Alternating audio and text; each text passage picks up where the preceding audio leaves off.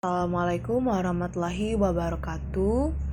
We are from group 3. The members are Anissa Salsabilla, Rabbayani Ramaita Rahmah, and Yulia Fuji Astuti. Today we are going to present our material about the Continua of Biliteracy. Continua of Biliteracy is an ecological framework in that variation of bi or multi-literacy assume that one language and literacy is developing in relation to one or more other languages and literacies, such as language evaluation. The model situates biliteracy development whether in individual classroom. In the other definition, continua of biliteracy is more languages and abilities, which include reading, writing, speaking in 4 dimensions. They are content, media, context, and development. Nancy Hornberger 2003. In her text, she brings together the theoretical field of bilingualism and literacy by introduction the concept of biliteracy. Biliteracy can be defined as any and all the instances which communication occur in 2 or more languages in around writing. One of the central questions of her text is whether on how literacy in language has an impact on the acquisition of literacy in other language. In order to make the complexity of biliteracy visual, Hornberger uses different models, including the opposites of different continua on 3 levels. 1. Context of biliteracy can occur along continua of micro to macro scales, characterized by more oral or written language use and by multiple languages or only monolingual researches, or anywhere in between. 2. The development of biliteracy is similar. It can be well developed for oral or written, receptive or productive, or all above, and it can draw on L1 and L2 or second language proficiency. 3. Finally, media of biliteracy refer to the languages involved biliteracy, which can be taught and learned simultaneously or successfully, be structural, dissimilar, or similar, and be written in divergent or convergent scripts. Alright, now I will continue to explain the model of biliteracy. So there are 4 models of biliteracy. The model of biliteracy is developed from the fields of bilingualism and literacy. Okay, for the first one, context of biliteracy. The importance of context has been recognized both by linguists such as Himes, as well as one of the first researchers of new literacy, Brian Street, who introduced an ideological model of literacy which assumes that meaning of literacy depends upon the social institution in which it is embedded.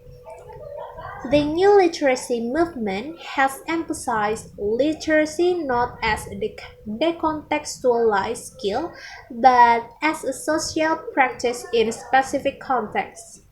Therefore, literacies should be seen as multiple and socially constructed.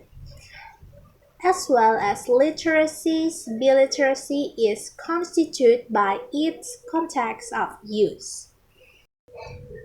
The second one is the continua of biliterate development in the individual. On this level, Hornberger takes her point of departure in the theories of communicative competence, focusing on the knowledge and ability of individuals for appropriate language use in the communicative events they may find themselves in any particular community in a given context. In language didactics, The assumption has for a long time been that the development of perceptive skills precedes the development of productive skills as well as oral skills preceding the written ones. The written ones. Moreover, scholars in the new literacy movement emphasize the intersection between oral and written language instead of two separate developments. In regard to first language and second language, what was earlier on seen as interference between the languages should be instead understood as a creative application of first language knowledge to second language, and that the stronger the foundation and continuing development of first language, the greater the potential for the second language development. The knowledge transferred from first language to the second language is mainly in the form of strategies and processes. However, whether the use of such strategies and processes should be regarded as either interfering or scaffolding depends on the goals of writing. If the aim is to bring the writing of the ESL students as close to the standard norm as possible, then such transfers are considered negative. But if the aim of the student's writing is to communicate his or her identity through the text, the transfer may be considered in more positive light. Alright, now moving on to the third one, the continua of biliterate media. The media through which one communicates cannot be separate from the context, and the appropriation of different mediums does have an impact on the individual development of biliteracy. In the field of bilingual research, a distinction between simultaneous and successive bilingual language acquisition has usually been made, while later research has focused more on the systematic use of languages than act of acquisition. Other researchers did point out the difference between learning a language that has a similar or dissimilar language structure than first language. This question sheds more light upon the difference between multilingual, multidialectal, Pitkin, and Creole settings. Alright, the last one is the continua of content. Adding content to the continua, Hornberger wants to include the kinds of meanings expressed in particular biliterate contexts during particular aspects of biliterate development through specific biliterate media. Hornberger emphasizes the importance of contextualized whole text or discourses that gives voice and agency to minority discourses and activities and vernacular genres and styles. Knowing two languages also means knowing two cultures, and so biliteracy becomes closely linked to bicultural literacy.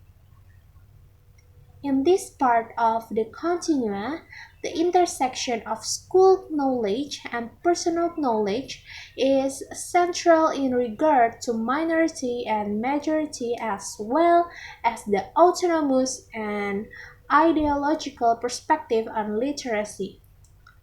From this perspective, thinking critically about literacy and language can't be done without taking into consideration the content which is related to discourses.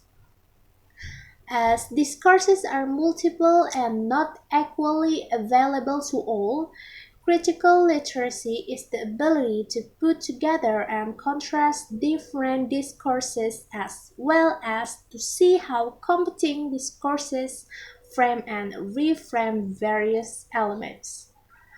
From a minority until majority perspective, it is important to pay attention to the discourse or possible ways of being in the world.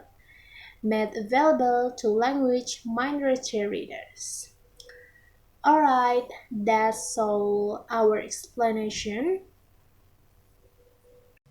Thank you for your attention. Wassalamualaikum warahmatullahi wabarakatuh.